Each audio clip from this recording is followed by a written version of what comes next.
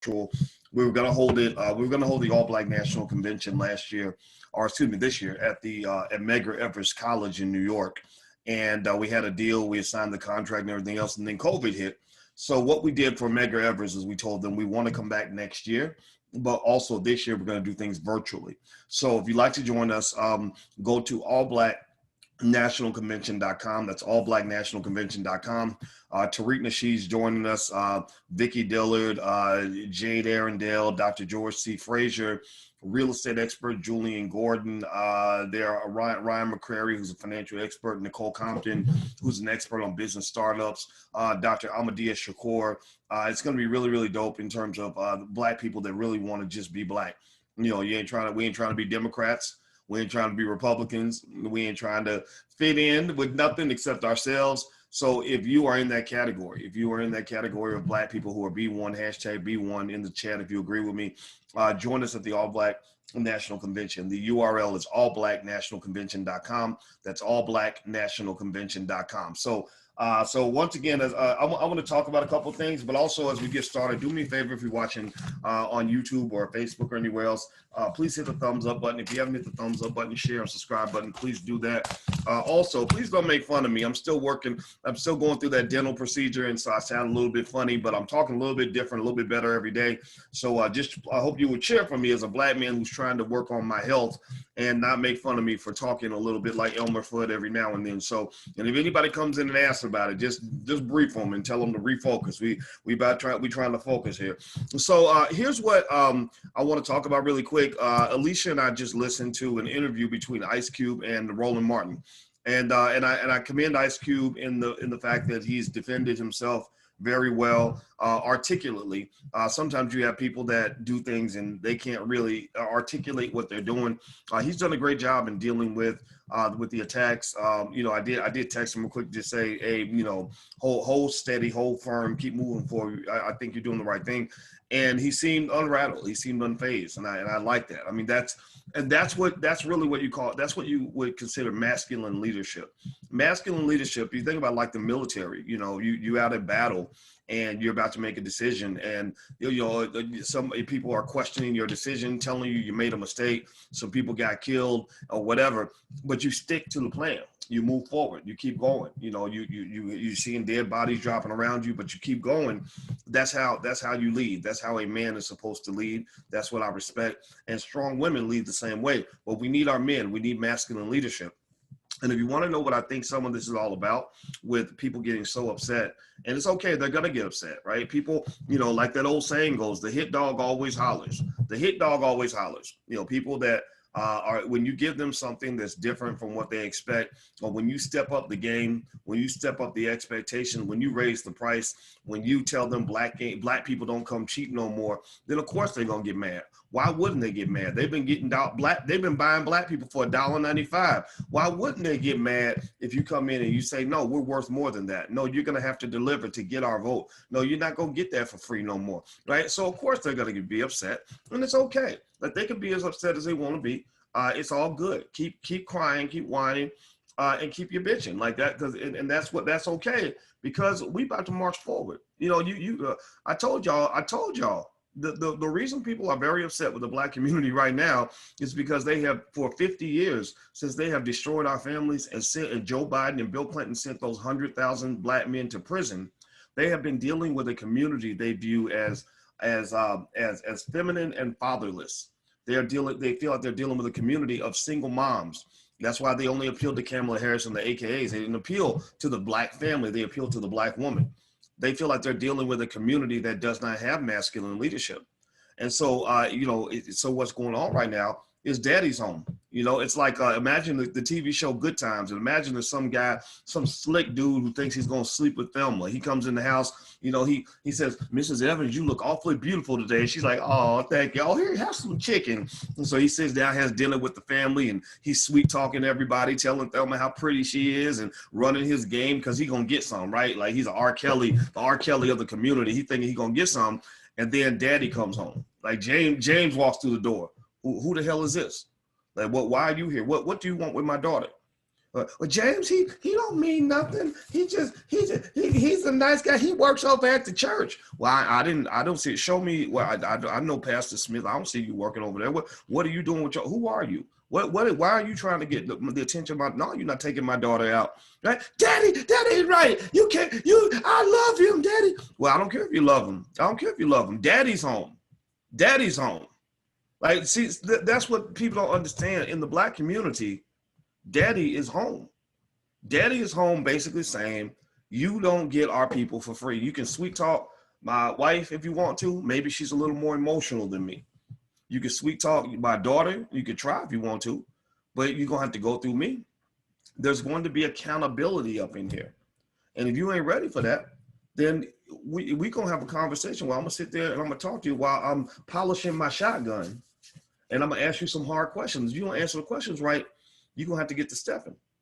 And people don't like that. People rebel against that. Think about this. Think about how many times daughters have gotten pissed at their fathers for asking hard questions. Like, you know what I'm talking about? Give me a yes or no if you know what I'm talking about. I like to use examples that we can understand as human beings, right? How many times have you seen daughters get mad because some slick talking ass, weak ass dude who gets girls pregnant for a living with some gator shoes on, is trying to get her attention and telling her all the shit she wanted, sweet talking her, and the daddy sees right through that. That's why family matters. That's why Black family matters, because a lot of your R. Kellys are slipping into your daughter's vaginas at the age of 13 because the daddies aren't home. The fathers are gone. The fathers were sent away. There's a reason. If you go back 100,000 years, when a village would conquer another village, they would basically do three things. They would kill the men, especially you kill the alphas first. You kill the strong men and the smart men first. That's why the prisons are filled with brilliant men. The reason I believe Ice Cube is out here doing what he's doing, the reason I believe Ice Cube's out here fighting on incarceration is because Ice Cube probably knows at least 100 guys who could have been genius leaders, 100 Malcolm X's who got 100 years over at Pelican Bay, or 100 years at Rikers Island. Right, so they take them out of the game. So the thing you do when you conquer a village is you kill the men, you kill the alphas, and you kill the scholars first. So you kill the men, you rape the women, and you enslave the children. And that's basically what they've done to the Black community. They have killed the men, or they think they have, and they are trying to enslave the rest of the community. Right. So and you enslave and you control with fear.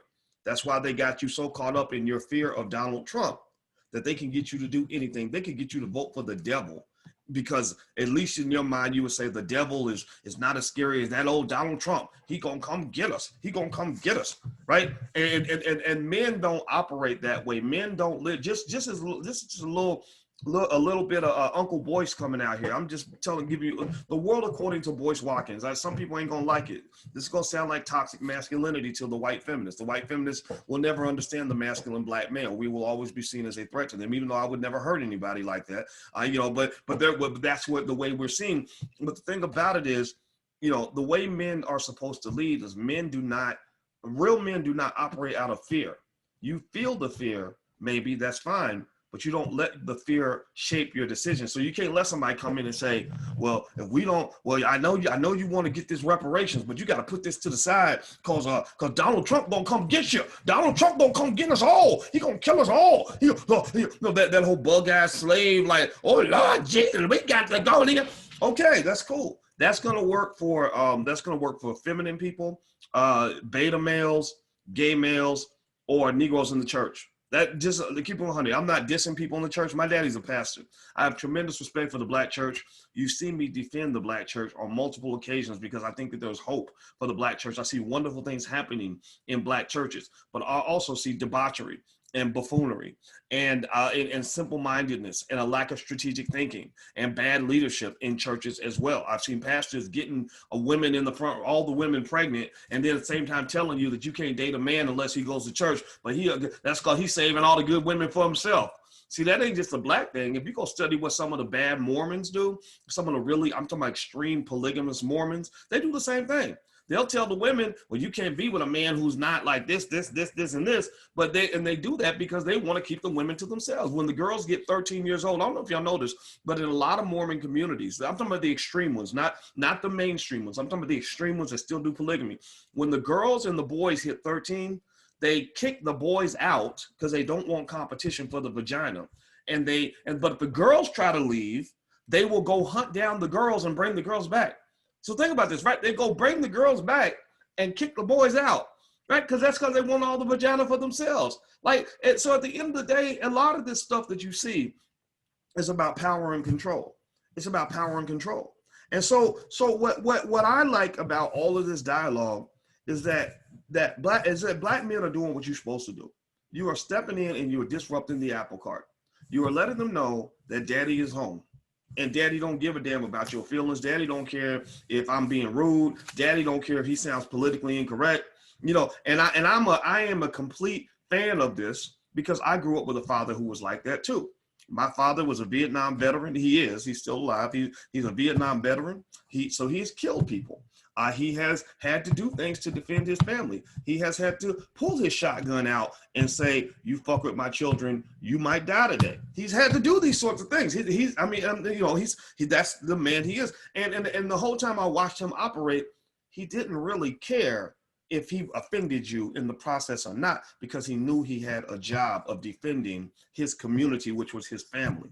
So in our case, as black men, we have a job to do. We have a job of defending our community. And when you're doing your job, you can't worry about what people think or worry about people calling you names. Or, I saw a meme where they had a picture of Ice Cube with a MAGA hat on, because that's what they do. That's that little wussy thing that they do. We just gonna talk bad about you and hurt your feelings, and we gonna make fun of you. We're gonna make jokes. We're gonna meme you. I'm gonna meme you into the ground. I'm gonna meme you to death. Right? and a lot of men don't care about that. I mean, real men that I know, they're like, well, you can make your memes if you want to, but I'm still going to be who I'm going to be. I'm a rock. I'm not a leaf. A leaf blows wherever the wind blows. Real men must be rocks. And I'm not saying that. Now, let's keep 100. Let's keep it, let's make sure we remember this. There are some women out here that are some real rocks out here too. There's some amazing women, the Vicky Dillage of the world. Those are the rocks that hold down our rock. Right. So we can't do it without them. But I believe that men have to really continuously make our voice heard. And I love what Ice Cube is doing for that reason. Do me a favor, hit the thumbs up button, share and subscribe button if you haven't done it yet. Also, just a reminder to you guys, let me turn this thing off on my phone. Just a reminder to you guys, the All Black National Convention starts on Friday. You can go to allblacknationalconvention.com. That's allblacknationalconvention.com. We got a lot of great speakers, a ton of panels.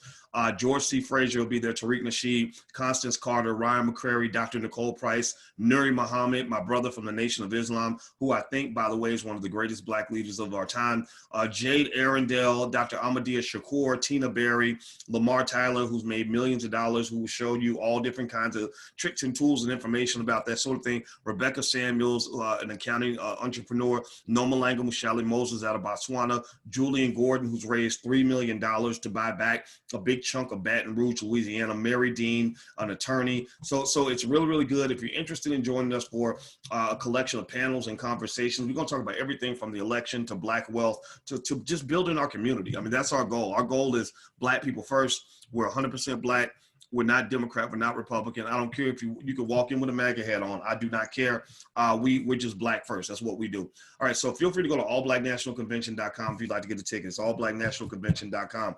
Now, one thing I want to mention really quick too is so I watched this interview between Ice Cube and Roland Martin, and I thought it was really interesting. That I knew it kind of had a feeling that Roland was going to do what he did.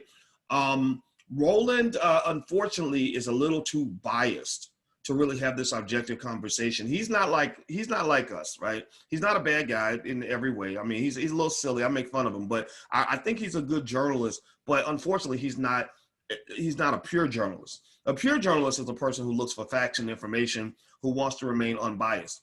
He's a lot like the MSNBC style journalist that is almost like a political cheerleader, almost like with Fox News. They have journalists, but their journalists will always ask leading questions that go in a certain direction, or they will come to conclusions before they even ask you about the facts. And that's the problem. That's one of the big issues with Roland, is that Roland is deeply embedded in this Black elite, Black Democratic Party thing. So he, by him being friends with Kamala Harris, he's not really gonna push things too hard that would appear to undermine Kamala Harris's political ambitions, because that will cost him long term.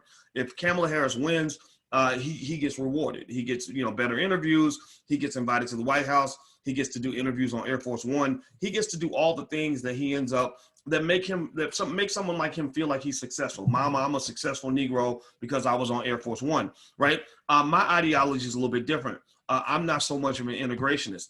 I give zero fucks about Air Force One. Being on Air Force One would mean literally nothing to me. It'd be like being on Delta Airlines. And what matters more to me is seeing a strong, independent, prosperous Black community. No matter what political party you happen to align yourself with at that time, it's completely independent of political affiliation. Black prosperity, Black reparations, Black issues, to me, are independent of political party.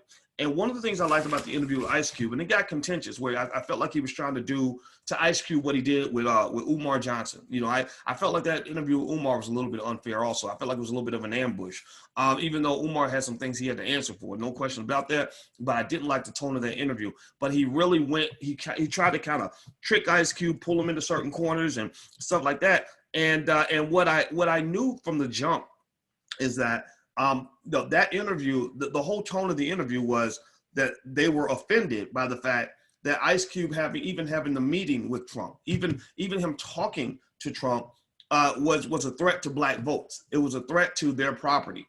They feel like they own Black people. They feel like we bought our Black people for $1.95.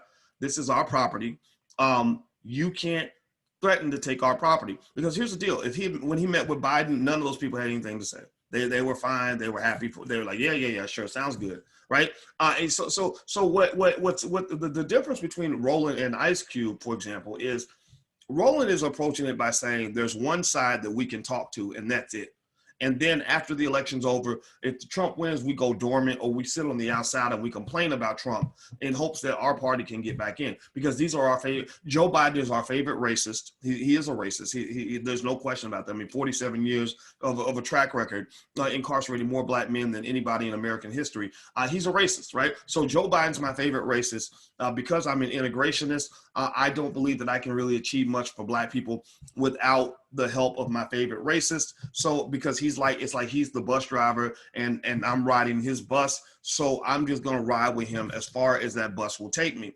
Whereas Cube made a very good point. Cube came in and said, look, these are bipartisan issues. Helping the Black community is a bipartisan issue. I thought that was great. I thought that was brilliant. I love the fact that he said that. He said, we should be talking to both political parties. I mean, think about this, right? Give me a yes or no. Give me a yes or no.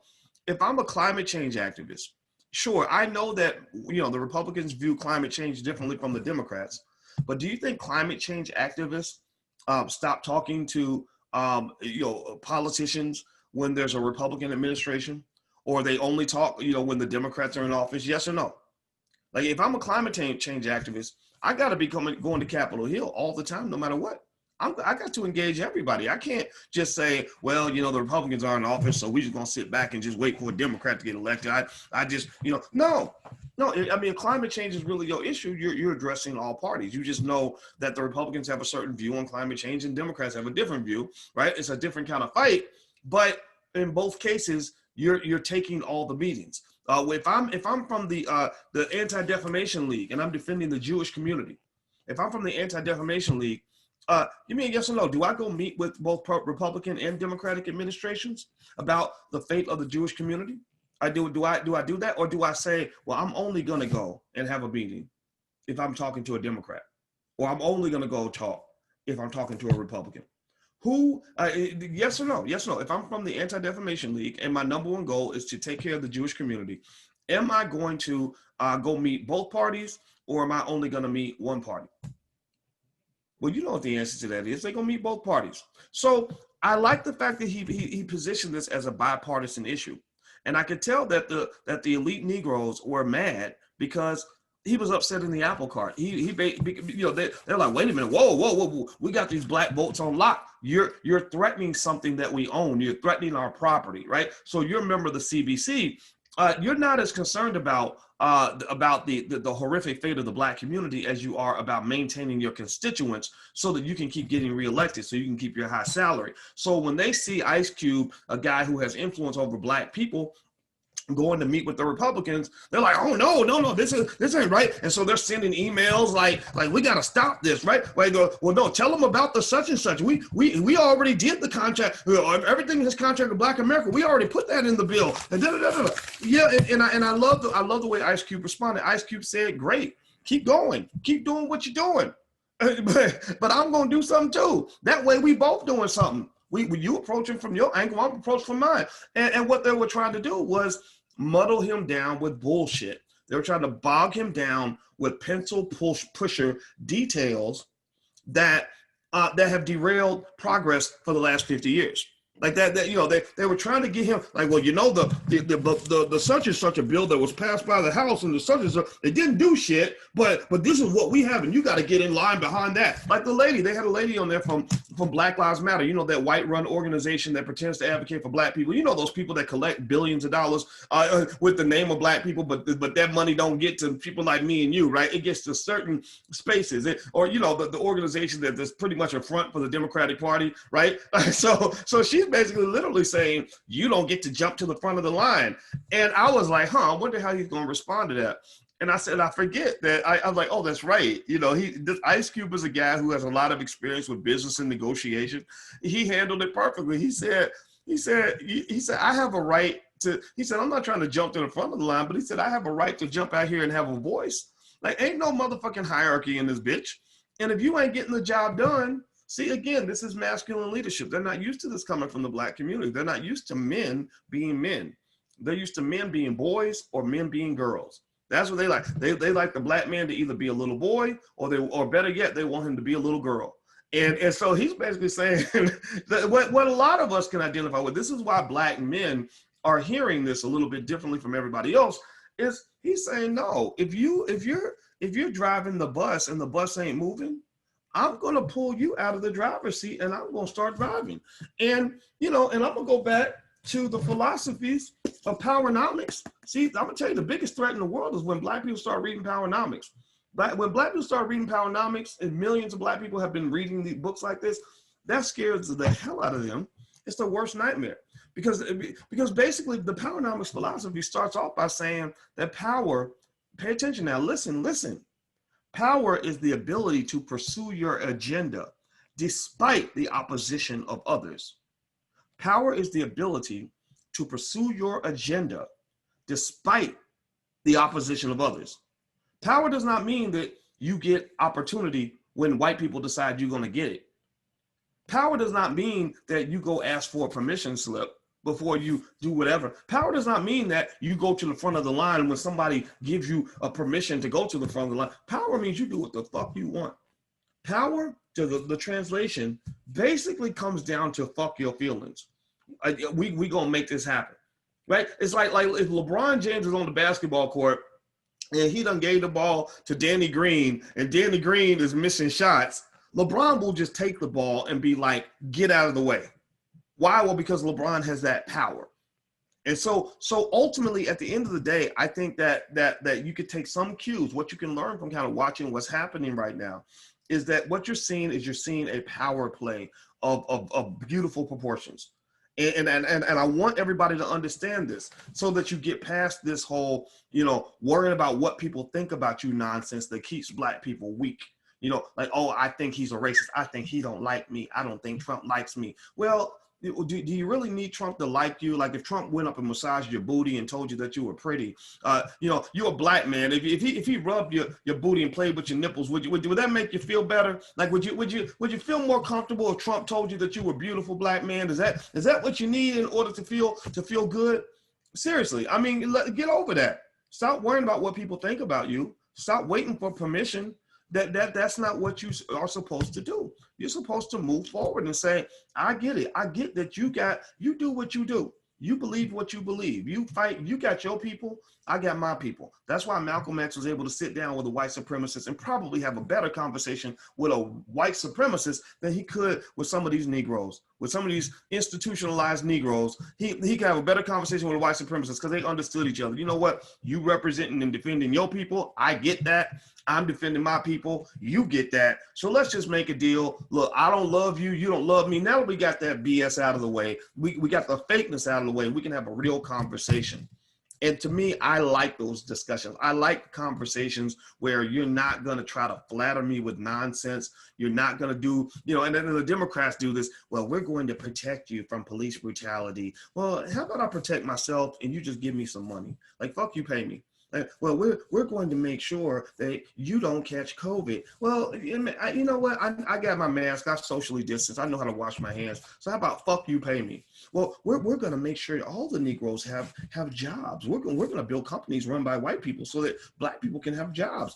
Well, I appreciate that, but I don't want a job. I actually want to own a business. So fuck you, pay me. Well, we're gonna improve public schools so that black children will go from a horrible reading level to a mediocre reading level. Well, no, you know what? I think we can run our own schools. We got this. So fuck you, pay me. Right? Like, I think that those conversations make more sense to me than all these did you hear what he said about black people? He don't like black people. Because every one of those conversations about Trump can be countered with a discussion about Biden. Like, seriously, every time you say Trump, Trump told the Proud Boys, like the lady that was on when Roland came in and said, well, I feel this affects my life because Trump told the Proud Boys to stand down and blah, blah, blah, blah. And he could have instantly came back and said, yeah, but Joe Biden incarcerated hundreds of thousands of black men with his bill. Like, that was real shit. That really affected people. Proud Boys, again, maybe I'm wrong, but you show me 5,000, 10,000 black people that the Proud Boys have killed. Show me, seriously, show me a concentration camp built by the Proud Boys where they sent 100,000 black people to a concentration camp. Because God can show you that with Joe Biden. I can show you that. I mean, if you want to get into tit for tat about who likes black people and who doesn't, I can't point to a time where how many thousands of black people did the Proud Boys murder last month? Seriously, how many thousands of black people did the Proud Boys incarcerate? How many concentration camps have they built that cost billions of dollars that were built, that were designed to incarcerate black people, where they were referring to them as the super predators that we must eliminate from society? That doesn't exist. But Joe Biden has that track record. Again, so if you want to play that game, we could play that game, but I personally think I'm going to do you a favor and say I'm not going to play that game because I'm not under the assumption that Joe Biden is my friend. So anyway, let me keep going. Do me a favor, hit the thumbs up button, hit the share button, hit the subscribe button. And if you haven't done it yet, please do that. Also, don't forget, if you're into B1, pro-black, I'm talking about really black, not Democrat, Republican, all that other stuff. If you're really black and you want to build a community, the All Black National Convention was designed for that. I designed the All Black National Convention in 2016. This is our 5th year. We started in Atlanta. Killer Mike and David Banner joined us for the first one, and we've had some great events since then. And so this year we're going to do it virtually, and we're going to cover all the issues that people will cover when you really want to build a community, not when you're trying to go help somebody win an election. So if you're B1, this conference is for you. I did not like what I saw with NAACP convention. It was okay, but not great. I didn't enjoy the Urban League convention that much. No disrespect. It just wasn't for me. I'm a little too radical for the Congressional Black Caucus Convention because I feel like they're too muddled in BS. I want something that's real substantive, that's actually going to make progress. That's why we created the All Black National Convention. So if you'd like to join us, just go to allblacknationalconvention.com. That's allblacknationalconvention.com. I want to make a few more points about this Ice Cube thing. In this meeting with Roland Martin and everything else that he had today, or interview he did, and also his meeting with not Trump. He met with the Trump administration. Let's keep that clear. But this was after he met with the Biden people. So he met with. He said, "I'm going to talk to both sides because reparations is a bipartisan issue. The black community is a bipartisan issue. Doing what's best for black people is a bipartisan issue. So I'm going to talk to both parties, and I'm going to take." And he said, "I'm advocating for the contract with Black America. I'm not advocating for the Biden plan. I'm not advocating for the Platinum plan." Like Dr. Claude Anderson yesterday in the Powernomics Masterclass, he said, "I have a Powernomics plan," right? And so so what I'm gathering is that if you look at the contract with Black America, it aligns very deeply with things that you might find in powernomics, right? So basically, one of the things that I think that they don't understand, I think they understand it, but they want to act like they don't, is that a meeting is not an endorsement.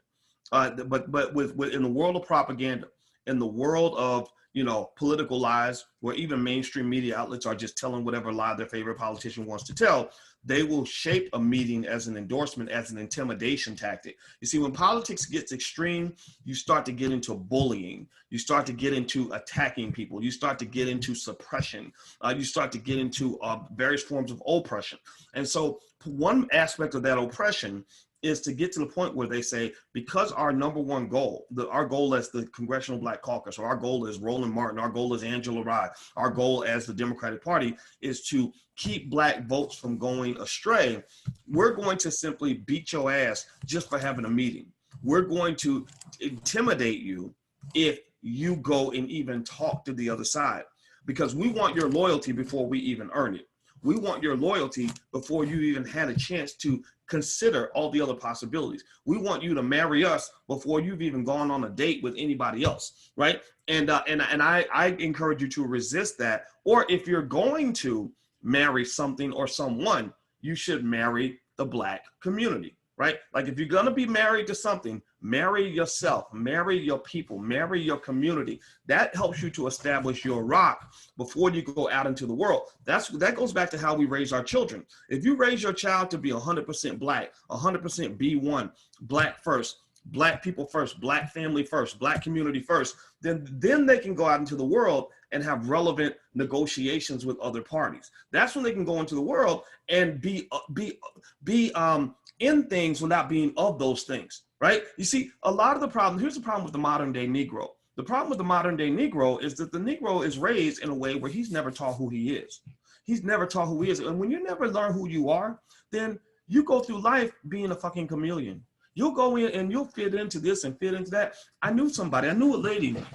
She reminded me of Jenny on Forrest Gump. I don't know if you remember Jenny, who was Forrest Gump's little white girlfriend, who had like half crazy. And she would go in and she would join these different groups and get hooked on drugs and live in different cities and do different professions because she didn't know who she was. She was trying to find herself. Well, we got a lot of Black Jennies out here. We got a lot of Black people out here who were never raised to know who you are. Like, you don't know who you are. So you spend your life taking in various things and saying, well, maybe that's what I am. Oh, here's a thug nigga on TV, a thug rapper with 50 gold chains, 87 tattoos, who raps about killing Black people and getting women pregnant and throwing his money away. Maybe that's who I am. So then you start getting, that's why you get these kids who dress just like the rappers, act like the rappers, and engage in that lifestyle. Or maybe he says, I don't want to be that. Or he sees a white man on TV who's a doctor, who I want to be like the white doctor. I want to go to Harvard, and I want to live in the suburbs, and I want to be a part of the American Medical Association, right? So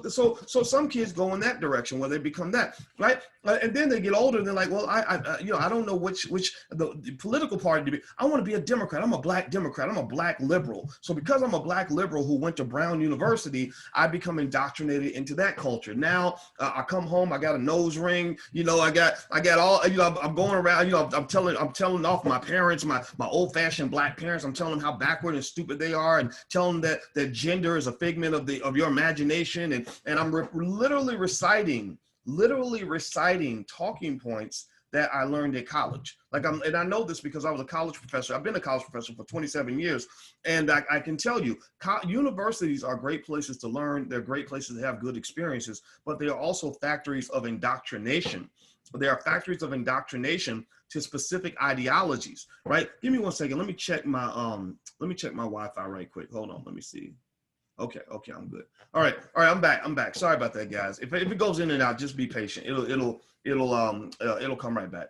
But but a lot of universities are factories of indoctrination, where you are not just going to learn certain skills like how to go get a job working for white people, but you're also going to learn a culture.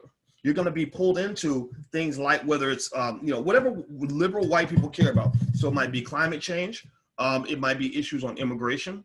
It might be issues related to gender. It might be issues related to sexuality, LGBT type stuff. So then what happens is that kids who don't know who they are, kids who don't arrive on campus with a clear identity, are going to grab one of those identities, right? So, so you have a lot of black people who really just truly don't have a black identity. So they just kind of, because when you don't know who you are, you're like a leaf. You're not like a rock. A rock sits still. A rock feels the wind, but doesn't move with the wind. A rock is like, I'm here. This is what I am. This is my longitude, latitude. This is exactly where I stand. If you want to come see me, you got to come to me. I can't really come too far to you because rocks don't move around. Rocks are, I'm right here, right? A leaf will blow whichever way the wind's blowing, right? So if it becomes really, notice, pay attention now. Pay attention. I want you, this is for intelligent black people. Notice how black people love to jump on trends. Notice how whenever there's a trending hashtag, it could be the dumbest shit ever. Anybody remember that? What was that? Where the challenge where everybody was rapping about their pussy or how good their vagina is? Anybody remember that? And you had grown-ups, like 45-year-old people with children and grandchildren, rapping about how good their vagina was, and it was just like, and the real women, like the real black women who really like. Who believe in keeping that to themselves, you know, were just kind of appalled and embarrassed by it, right? But people who don't know who they are, they tend to follow whatever trend is out there, right? So that's why self-esteem is so important, because kids who have high self-esteem don't follow the stupid kids. They say, you know what, y'all go over there and do that. I'm gonna stay over here, right? So a lot of your black people are the grown-up version of teenagers with low self-esteem. You know, they just really want to be down with whatever's winning, whatever's hot, whatever's trendy, whatever works. Case in point, even when you talk about the love that many black people have for Barack Obama, I had love for him for a little while until I started seeing up close what the White House was doing. I actually endorsed him before anybody else. Pay attention now, listen to this. In 2006, nobody believed Obama was going to win that election. Nobody. Black people were not supporting Obama on any level, on not a significant level. Hillary Clinton had all the support. I endorsed him actually on CNN, like way before a lot of people did, because I endorsed him right after right after Oprah said that she was going to support him. And I started digging in and I said, okay, you know what? This guy could be a threat to Hillary Clinton. And at that time, I remember thinking, this sounds a little crazy, but I'm gonna go with my instinct on this one, right? And at that time though, black people were not behind Obama. Obama had a secret meeting in a hotel where Cornel West was telling me about this years ago. I hope you don't mind me mentioning it now. He told me this in 2013. He said there was a meeting with Barack, David Axelrod, who's a white guy who pretty much made him appeal to black people. Jesse Jackson Jr., who unfortunately they somehow he got screwed. I don't know if they did it, or I have no idea. It was just really, I hated what went down with that. Who else was there? I think Cornell was there. Yeah, that's why he mentioned the meeting. And maybe a couple other people. And they were sitting in this hotel room all day long trying to figure out how to get black people to support Barack Obama. How crazy does that sound? How ridiculous does that sound that they literally had to sit all day and think, how do we get black people to stop supporting Hillary Clinton and start supporting Barack Obama? That sounds unimaginable now. So many millions of black people love this man now, right?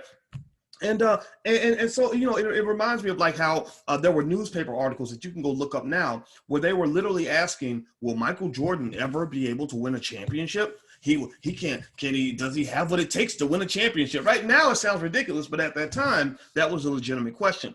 Well, with Obama, because the reason they couldn't get people to support Obama was because he had not received the white man's stamp of approval. Again, because people don't know who they are. We don't have a lot of independent thinkers in our community. We have a lot of sheep in the community. We have a lot of people that follow the crowd. So a lot of black people were like, I'm not wasting a vote on this guy because Hillary Clinton's going to win. So a lot of black people were voting for Hillary Clinton because that was what they'd done before. That was what they were trained to do. That is what they felt everyone else was going to do. Hillary had all the power. It wasn't, you know what, the turning point in the Obama presidency, when millions of black people got behind that man, was when he went to Iowa, the whitest of all white states. He went to the whitest state ever. Maybe the only place whiter than Iowa might be Idaho, right? So he went to Iowa and he kicked Hillary's ass in Iowa, or he did really well in Iowa or something like that. And that's when a lot of black people said, ooh, white people are going to support him. Oh, we should support him too. That's when the Obama wave started to begin. And then he went down to South Carolina and all that, where it got blacker. And next thing you know, Obama was kicking ass, right? So a lot of our people, unfortunately, don't think for themselves. A lot of our people don't really, we're not rocks. We're raised to be leaves. Black children that were raised with a strong Black identity, with no shame in being Black, with a Black first mentality, they completely get a lot of what I'm saying. Even if they disagree, they completely understand where this is coming from. They understand that we have to represent the community before we represent anybody else. But Black folks who were raised in a context where you were taught that integration was your salvation, that the white man was your Messiah, that all the opportunities you ever get in life are going to come from a white man. When you go to church on Sunday and you pray to white Jesus, hoping that one day you can get that promotion that you've been looking for, and that the white man controls the keys to all of that, those folks are you know, their heads are spun backward. Right. And so people like that, honestly, they're not really, I mean, they may act offended and get really mad. But if you put somebody like that, if you put a foot shuffling Negro who don't know who he is up against a Black man or Black woman who's clear in their foundation and clear in their conviction, the foot shuffling Negro is usually not going to be able to hold on for too long. You got some though who will defend massa to the death. Like, you have some Black folks, I'm gonna get you. What's wrong with you, boy? Biden needs us because we gotta get Trump out of office, right? You got some of those, but a lot of Black folks are scared. They're just watching. They're like, well, what's gonna be the trend next, right? Like the Wiz. Anybody remember the Wiz when Richard Pryor was like, well, the color today is green. You have to be seen in green, and then everybody started wearing green, and then it's like, I want to make an announcement. The color is no longer green, it is now red. And so then people are like, oh, I want to be seen in red because I don't want to be dead. I want to wear red, or whatever they were saying, right? Like people that, like the people literally, there are people that just follow whatever they think is winning, whatever the trend is. So right now, like for example, pay attention. A lot of Black people who are talking very pro-Black now, even in their own way, even some of the Black Democrats who are like Black Lives Matter, you know, putting Black stuff on their Facebook page. These are people who less than a decade ago were scared to even pretend to be Black on their Facebook page because they were scared their white boss was going to find out. They were scared that if white people saw how Black they were, that they would be disowned or they would lose their identity. That's a very threatening thing. They would lose their job. They would lose their respect. They would lose their position in society, right? So basically, unfortunately, you know, a lot of our community is kind of led around by its nose. So I think that those of you who know who you are, who represent the community, just keep moving forward and march forward. And if you show conviction and determination and you're winning, then those people will get in line. Their children, some of you who are building wealth, their children are going to work for your children. You know, people who aren't teaching their children how to own businesses and own assets, their children will be working for your children, and they're going to get right back in line. Because one thing I have learned, and this is important, pay attention, this is something I apply to my own life, is I've noticed a long time ago that the world tends to move out of the way of a person who knows who the hell they are. Like that one, think about it, in a group, the person who comes in, who has all the confidence, who knows exactly what they believe in, who wants to push the conversation in a certain direction, a lot of people will kind of back off and let that person guide the group, right? So what I'm saying is that because you are leaders, because you are the talented 10th, you are the revolutionaries of our time, just guide the fucking group. Just guide the group. Don't ask the group for its opinion because they don't know what their opinion is. Seriously, don't ask them for permission because they don't know backwards from forward, some of them, right? Just do your thing. Say, this is what I believe. Black people should be first. Of course we should be first, right? And then they're going to be real quiet. And then one day they're going to wake up and be like, you know, I thought about the thing that you said 5 years ago and I debated you on Facebook, but now I get what you're saying. I had a lady in my job, I kid you not, this is a true story, who literally told me, I swear to God, she told me that there were only 3 Black professors at Syracuse University. Out of 90 professors, there were only 3 Black people, and we all got hired at the same time. It was the most awkward situation ever. This Black lady literally, I kid you not, said to me that she was deliberately maintaining her distance from me and the other Black guy because she did not want to be seen by her white colleagues as only hanging around Black people. Right? Which I thought was the most backward shit I've ever seen. I was like, are you kidding me? Like, you really think that us being separated is going to make us stronger? Like, do you understand? We should be together, right? But she didn't get it. So I just let it go. I just let it go. 6 years later, when finally all her little white friends, like, cause I'm telling you, she was really cool with the white people. She was closer. White people trigger me sometimes, to be honest with you. No disrespect if you're white, but because y'all just had this whole history of like lynching people and doing terrible shit. Like white people really kind of triggered me to the point where I stayed to myself. I didn't have a lot of black people to work with. So I just kind of did stuff on my own. So I wasn't really friends with a lot of the white professors. I didn't know where they lived. I didn't go to their kids' birthday parties. I didn't do none of that. She did all those things. Like she could tell you that, oh, Sally lives on the north side and Billy just moved to the east side. And Trey had his second birthday party. She knew the names of their children. I was really impressed by that. And let me tell you what happened to this lady. This was very interesting. This taught me a lot about America and how people really get when you get in certain situations. A lot of y'all seen these microaggressions in the workplace and all that. That's why I stopped working for white people, because I couldn't take it anymore. But I remember that when it came time for her to get her promotion to tenure, those same people, that the people where she knew where they lived, knew their kids' names, went to their kids' birthday parties, none of those people had her back. And they were trying to cut her throat. Politically speaking, professionally speaking, they were like, we're gonna chop up your dead body and put you in the trunk, right? Like, and there was that point where I was probably her only friend. There was that point where she came, because I was kind of surprised. Like I thought, I saw her in the elevator and I would just kind of just be kind of polite, like, hey, how are you? Because I didn't take it personally, because I was the crazy black man. I was the one talking all that pro-black stuff, and I was super controversial in Syracuse. I mean, they didn't know what the hell to do with me. I don't blame much shit. If I was them, I probably would have wanted to get rid of me too. But I was like, I'm gonna be who I'm gonna be, period. Like I said, I became that rock. I became the guy who's like, I'm gonna be Boyce Watkins, whether it makes you comfortable or not. You being uncomfortable with me being Boyce, that's really actually your problem. I'm not going to make it my problem. I'm not going to react to you. You're going to react to me, because when I'm reacting to you, I spent my whole life reacting to what white people did, and it stressed me the hell out. So I've decided that I'm going to guide all of this. So I'm going to just be over here being me, and you can sit over there and just be offended, right? So, and that was my whole position, right? Whereas other people, who wanted to keep their jobs had a different approach. So she came to my office one day, like I saw in the elevator, and I just said hello to be polite. And I got off the elevator on my floor, on the 6th floor, and I was like, why? And I didn't notice that she got off on the same floor as me. I'm like, why is she getting off on my floor? Her floor, she's on the 3rd floor. So she follows me, and I'm walking to my office, and she's walking right behind me, and I'm not saying nothing. I'm just kind of, looking around like, what's going on? I go in my office, and I'm about to shut the door, and she puts her hand on the door and says, hey, Boyce, can I talk to you for a minute? And that's when she came in, and I was blown away. Like she told me all the terrible things they were doing to her. I mean, these were some horribly racist people. And I was sitting there like, wow.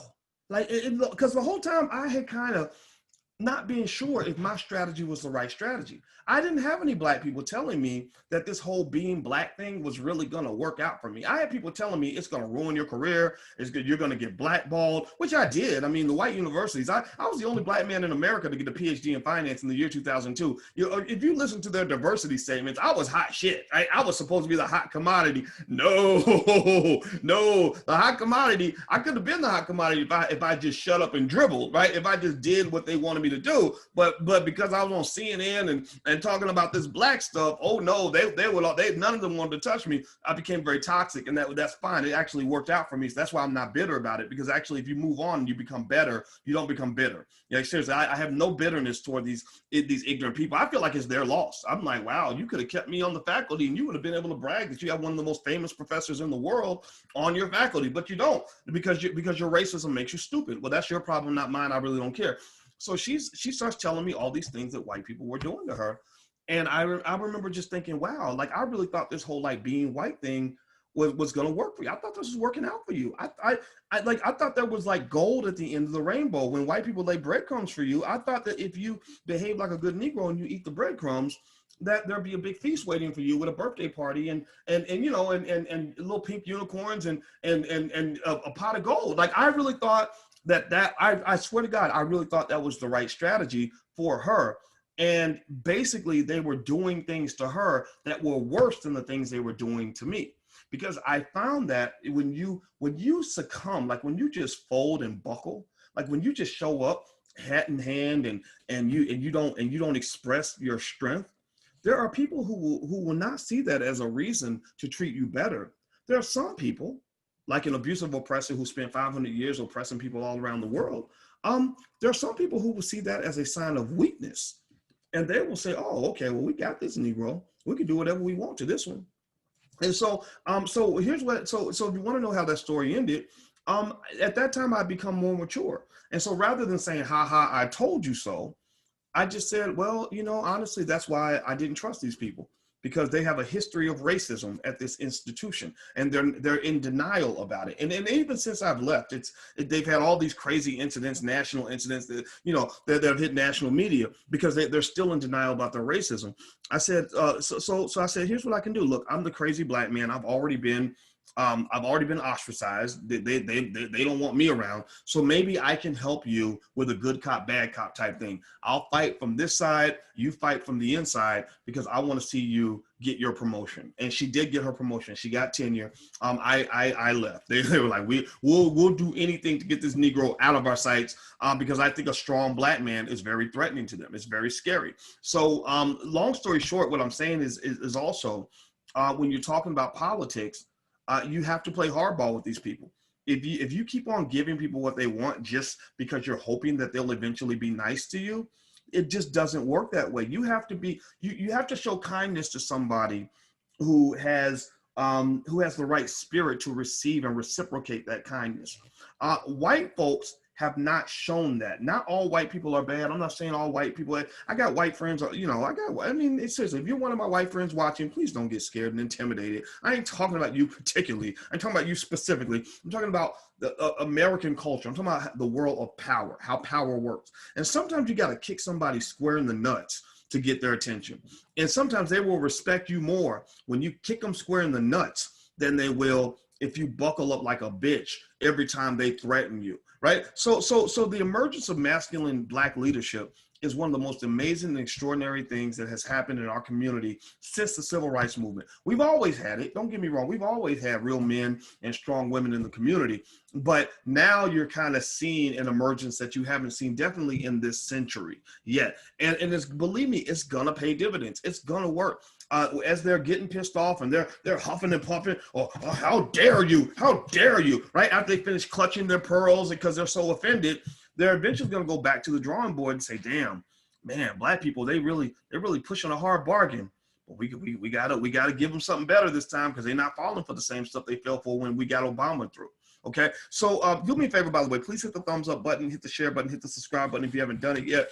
Also, don't forget the All Black National Convention starts next Friday. You can go to allblacknationalconvention.com. Tariq Nasheed will be there. Also, George Frazier, Vicky Dillard, Jade Arundel, Constance Carter, who's a real estate mogul out in California. We got everything from millionaires to political thinkers. Dr. Nicole Price, actually, if you know anything about her, she completely disagrees with a lot of things that I say, because she's more of a Democratic Party type of person, but I respect her and I love her to death because I'm black first. I'll defend that black woman to the death because I just have a respect for her. I don't care who you vote for in the election. I like talking to her because she's the person that will say, Boyce, now you know what you said about the Democrats is crazy. You can't be saying that stuff. We got to get Trump out of office. And I'll be like, I don't care about getting, Trump is their problem. He's not our problem, right? But we remain friends, right? And that's what I really like. I like the idea that we can kind of go in, go hard, talk about our politics and be honest if you want to. That's fine. You should be honest, right? And then we go back to being black. Because what's going to happen is after the fireworks are over, after the Civil War has ended, after this election is done, you got to go back to your same damn community that you had before. You're going to have to go back home and deal with the same problems in your community that you had before this election cycle began. And those same people who are trying to get you to, end your friendships, cuss out your relatives, get you kicking your mama in her titty, whatever, over some politics, seriously, over some Democrat Republican nonsense. Those same people who destroyed your life over something silly are not going to be there for you when you really need them. Seriously. All right. So a few more things I want to mention about Ice Cube's conversation with Roland that I really like is I like the fact that he mentioned that black issues and black reparations should be separate from all these minority issues. They use words like minority and multicultural and urban so that they can make an excuse not to get things to black people. Descendants of slaves have a unique claim on this country. Descendants of slaves are separate from everybody else. Descendants of slaves have gone through something nobody else has gone through. Descendants of slaves deserve specific attention to the tune of several $1 trillion, because when they were running through with slavery and raping and castrating and robbing people because of the color of their skin, they weren't going after the Mexicans, and they weren't going after people because they were LGBT, or going after people because they were immigrants. They were going after descendants of slaves. They were going after us specifically. Now, if you happen to be in another cross-sectional group and you have a claim, go make that claim, but make it separate from us. Stop merging your stuff and watering down our stuff. We got something that's pure. We got something that's super pure. We got the pure dope in our hands. And my opinion is that you got the pure dope, the pure black coffee, 100% black coffee. Don't put no cream in that shit. You ain't got to put no sugar in it. No, I want it to be 100% pure so that we will deal with the issue in a direct way, as opposed to watering it down and distracting it with other stuff. Because here's the other thing too. I noticed when they were talking to Ice Cube, they did exactly what they always do. The little detail-oriented, pencil-pushing political types, they start getting you bogged down with details. Like, well, Ice Cube, they were talking to him in a very condescending way, like, well, you're not really qualified to be a part of this discussion, right? Now, if he was saying what they wanted to hear, then they'd be all for it, right? But because he's saying something they don't want to hear, they're kind of insinuating he's not qualified. Well, the Congressional Black Caucus, I heard from them today, and because I'm Roland Martin, I want everyone to know that I'm friends with the Congressional Black Caucus, and they put forth the such and such in your contract of Black America. You mentioned ending police chokeholds, blah, blah, blah. Well, they put that in the such and such a bill, and it was passed by the Democrats, but the Republicans refused to pass it. And also, they wanted to mention that they already have the such and such, right? And I like the way he just responded. He was just kind of like, okay, you should keep pushing that. But it's not working. You're not able to get anything done with your current approach. So let me help. I'm going to do it my way. You do it your way. And then at the end of the day, we're going to get what's best for Black people, right? And the reason that the thing is that that's a true statement, right? But that's not going to be accepted by those who were listening to him, because they weren't really listening to him. Because the issue that they said was the issue really wasn't the issue. They claim the issue is that Ice Cube isn't working with the existing, the existing activists and the existing politicians, which is not true. He's working with a lot of people. The issue is that Ice Cube's approach threatens the thing that they need the most, the thing they care about the most, which is getting Black votes. See, when you care more about getting Black votes than you care about getting Black progress and getting Black results, then right there, you already a flawed Negro. Now think about that, process that for a moment. These people care more about getting your vote than they care about getting results from you. That's no different from a salesperson who focuses very hard on getting your money, but doesn't focus on getting you the product that you paid for. Right? And so that's what you're dealing with. You're dealing with people that are like, okay, yeah, I know you want this and you want that. I'll promise you whatever. We'll try. And then they want you to show up to the polls like you. They expect you to show up, right? But then when it's time for them to deliver on the things that they say that they're going to get for you, we've elected thousands and thousands of Black politicians, right? I mean, thousands of Black politicians, and they're not getting results. So when it's time for them to deliver the results for you, the argument is very simple that they make. The argument is, well, we tried, but those dang Republicans, they keep stopping us. They don't let us get nothing through. Obama was trying, but the Republicans wasn't letting them do nothing, right? And so my position is like, okay, well, I'm gonna treat you the way you treat me. The same way you told me you tried, but you couldn't get results. When you tell me about voting, I'm gonna be like, I tried to vote. I tried to get there, but I couldn't figure out where the polling station was, or I had to work that day. Or my car broke down. I tried. I mean, I really did. I just couldn't get it done. Right? And in fact, I remember when my political awakening started beginning. It was actually way back in the Clinton days, right? And this is, I'm a little older than some of you, younger than some of you. And I remember when Bill Clinton was getting elected, and it was a big deal. Like, everybody was really excited. And at that time, I was hardcore Democrat. Like, I really thought that was a solution for Black people. I didn't know the history of it all. And I remember I was on my bike, and I was riding my bike to work. I worked at Arby's. in college. I worked at Arby's. I made about $3.75 an hour. That's how much I'm hitting OG status, right? And I was on my bike, and I had to be at work at 3. And I was riding right by the voting booth, the voting station. And it was right on my street, like probably 5 houses down from where I lived at. And I had to be at work at 3. It was like 2:45. And it takes me 10 minutes to ride across campus. And I was like, shit, I want to go vote for this guy Clinton, but I got to get to work. And I literally, in my own little 21-year-old mind, I said to myself, I said, okay, if you lose your motherfucking job and can't pay your rent, Bill Clinton is not gonna cut you no check. Bill Clinton is not gonna call your landlord and get you another apartment. Like, Bill Clinton is not gonna come through for you the way he's expecting you to come through for him. So just out of that spirit, I said, you know what? I'm gonna have to see you when I see you. I'm going to take care of you when I can. And I don't think there's anything wrong with that. And the reason that's okay is because that's what they do with you. It's like they pretty much say, like, look, if we can help you, we can.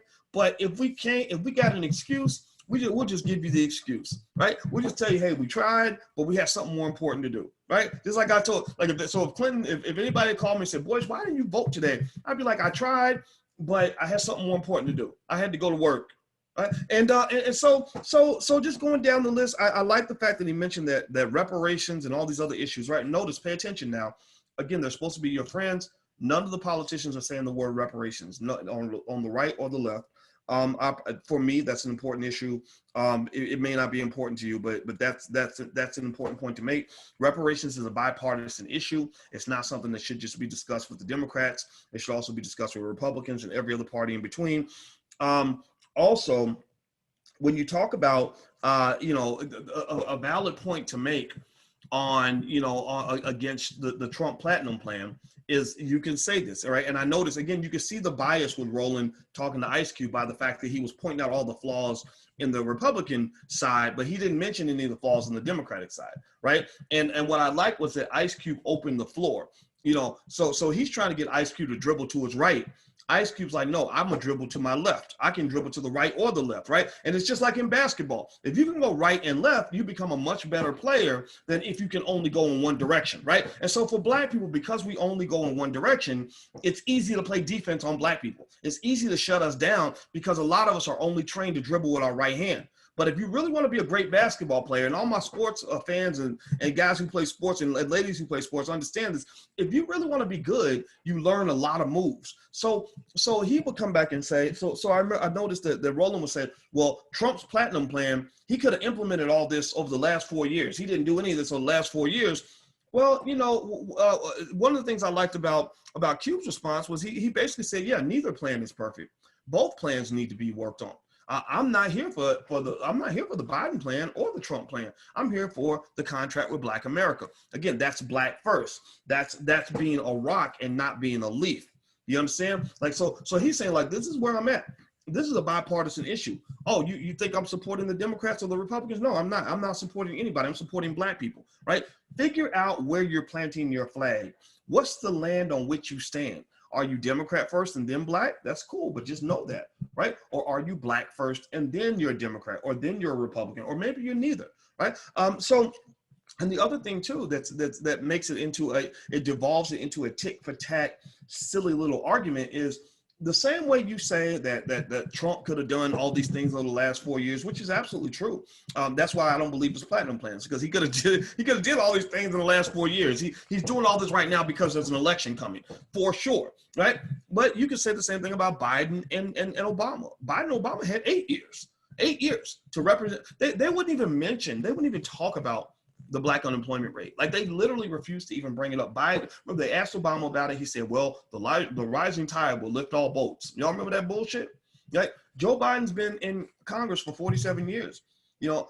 Where in those 47 years has he pushed forward with a plan specifically for Black people?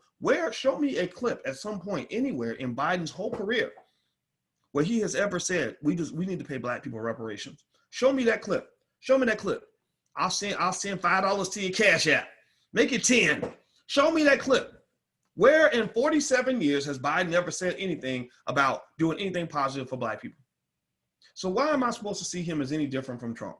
If you say Trump's a bastard, I'm not going to disagree with you. Okay, yeah, you're right. He's a bastard. Ain't nobody here to defend Donald Trump. We're here to defend black people. But where is Joe Biden doing anything better than that? Also, a lot of people will use urgency in a weird way. They'll kind of say, well, the only reason he's doing this is because there's an election coming. Well, of course, that's the only time people will give you something is when they need something. Like people, that's like if somebody, imagine if you run a grocery store and people come in and somebody comes in and tries to buy some tomatoes from you, and they're about to give you $20 for some tomatoes and some fruit or whatever. And you're about to take the money. Somebody says, don't take their money. Don't take their money. And you're like, well, why not? Well, the only reason that they're giving you $20, the only reason they're giving you $20 right now is because they're hungry. If they wasn't hungry, they wouldn't be giving you $20, right? And you're like, yeah, of course. That's why why would they be buying tomatoes if they weren't hungry? Why would they be giving me money if they didn't need something from me? Right? Like, well, no, they don't really like you. They don't really like you. They don't really care about your store. They don't really care if you're making money or not. They're only giving you money because they're hungry and they only thinking about themselves because they're trying to feed themselves. Well, yeah, and I'm trying to feed myself. Like, they don't give a fuck about me. I know that. And I don't give a fuck about them. So you're the one who's a little bit twisted right now. You're looking for love in all the wrong places. Are you looking for them to give us $20 because they like us? What kind of backward Negro are you? Who put that crazy stuff in your head that politicians or anybody is going to do something for you just because they love you so much? Where in the world did somebody ever tell you that you're looking for a politician who's going to love you like your mama? Ain't no politician going to love you like your mama. Your mama will love you like your mama. Your mama will be the only person in this world, including the people you date for many of us. Your mama will be the only person in this world who will love you just because you're you. Or your dad. If you're lucky, you have a good dad and a good mother. That'll be the only places you will get unconditional love. You will not get that from somebody who's dating you. Let me just seriously, like some people still don't understand. This is 1 + 1 is 2. This is not calculus. This ain't even algebra. 1 + 1 is 2. The reason that woman is dating you is not because she just loves you just because you're you. If she's a pretty girl, she could date 1,000 men, right? She's with you because it benefits her to be with you. He is with you because you have a good transaction. You're taking care of him. He's taking care of you. Y'all taking care of each other. And let me just tell you this: you will be looking like Boo Boo the Fool if you stop doing your damn job. Like, so let's say I get with Alicia. Alicia loves the shit out of me. I mean, this girl, she really does love my dirty draws. I kid you not. Like, I'm really honored by that, right? And I know I had to compete for that. I mean, she was so, y'all should have seen her back in, she was the finest woman I met the entire time I was at Indiana University. She would get hit on by all these like 6'8" basketball players and millionaires and all this. I'm not kidding, like really. So I really had to compete for that, right? And so she loves me to death and she lets me mess up and she still loves me through my mess ups. But here's the thing. If I decided one day, man, fuck this chick. I'm not gonna do that. I'm gonna let myself. I'm gonna gain about 100 pounds.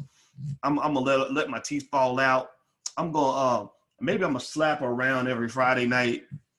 Slap her around and pee on her. Whenever she needs me to come through, I'm just not gonna show up. I'm not going. We got 3 kids, but man, fuck them kids. Shit, I'm doing what I want to do. I'll be down the strip club, baby. I'm about to go get me some Ciroc. And find me a couple hoes.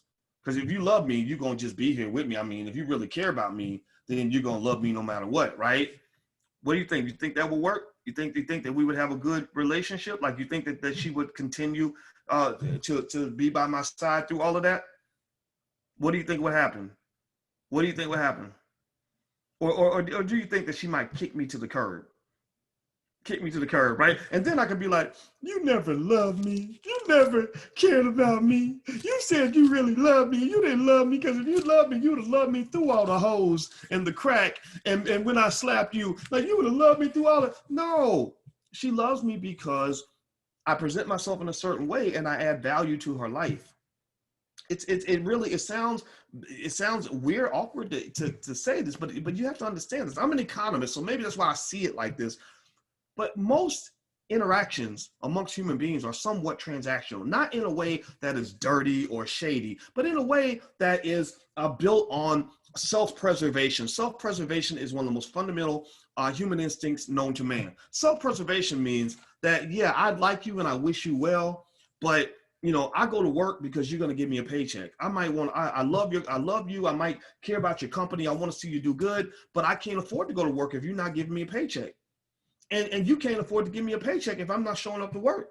So what's really happening is a lot of the politicians are saying we want a paycheck, but we don't want to show up to work. We want black people to pay us, but we don't want to do our job, right? We want you to be there for us, but we're not going to be there for you. That is a bad relationship. Nobody in their right mind would stay in a relationship like that for any significant period of time unless you are literally insane. You have to literally be out of your mind to stay in a relationship like that for too long. And I'm trying not to be mean because some of y'all are in relationships like that right now. And I'm just here to tell you that you got to do a measuring stick. I mean, sure, you give people some benefit of the doubt, right? You give them the incumbent's advantage, right? So like if I do some silly stuff like, you know, whatever that pisses Alicia off, she's going to give me a lot of leeway. She's going to give me a big margin of error. Right? Like some handsome man that moves in across the street who whispers sweet nothings in her ear, she's not going to go run into his arms just because he might look like a better deal in the moment. But if I get to fucking up consistently and consistently not being there for her and consistently ignoring her and consistently abusing her, like the Democrats have done black people, at some point, just from human nature, she might hear him out. She might go to his house for a cup of tea. Right? And that's where it all begins. So when you get that position, whether you're talking about love or politics, you have to understand that you've got to bring something to the table. You know, so when I look at the Democratic Party and they talking about we need you to vote, we need your vote, we need your vote. If you love us, you're going to vote for us. I'm like, well, what are you bringing to the table?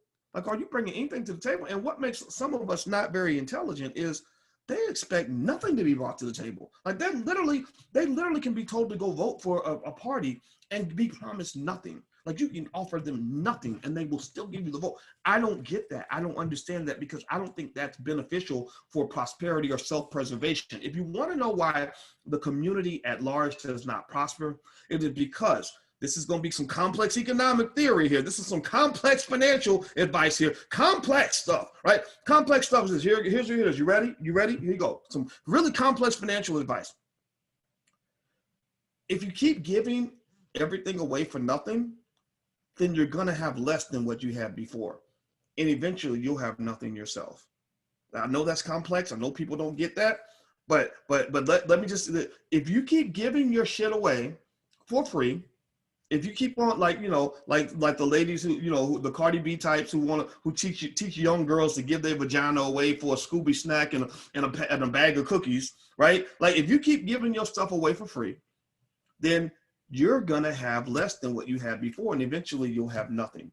It will deplete everything that you have. You will not prosper if you're giving all your money away and getting nothing in return.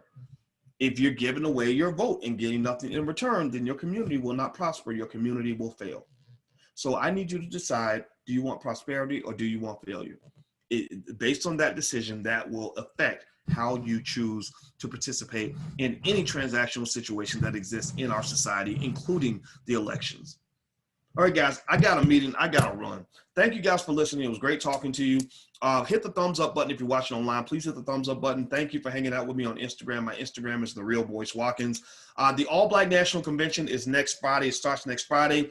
We got some great people coming through. Dr. George C. Frazier, Vicky Dillard, Tariq Nasheed, Jade Arundel, Julian Gordon, Lamar Tyler, Constance Carter, a lot of great people who are moguls, thinkers, leaders. If you're Black first, if you're B1, if you want to see the community build, we're doing it. We're building it. We're building systems right now. So join us. Go to allblacknationalconvention.com. That's allblacknationalconvention.com. It will be virtual so that we can stay safe. So it's going to be a virtual convention. It starts next Friday, allblacknationalconvention.com. Take care, guys. Have a good day. Thank you for listening. I'll see you soon. Bye-bye.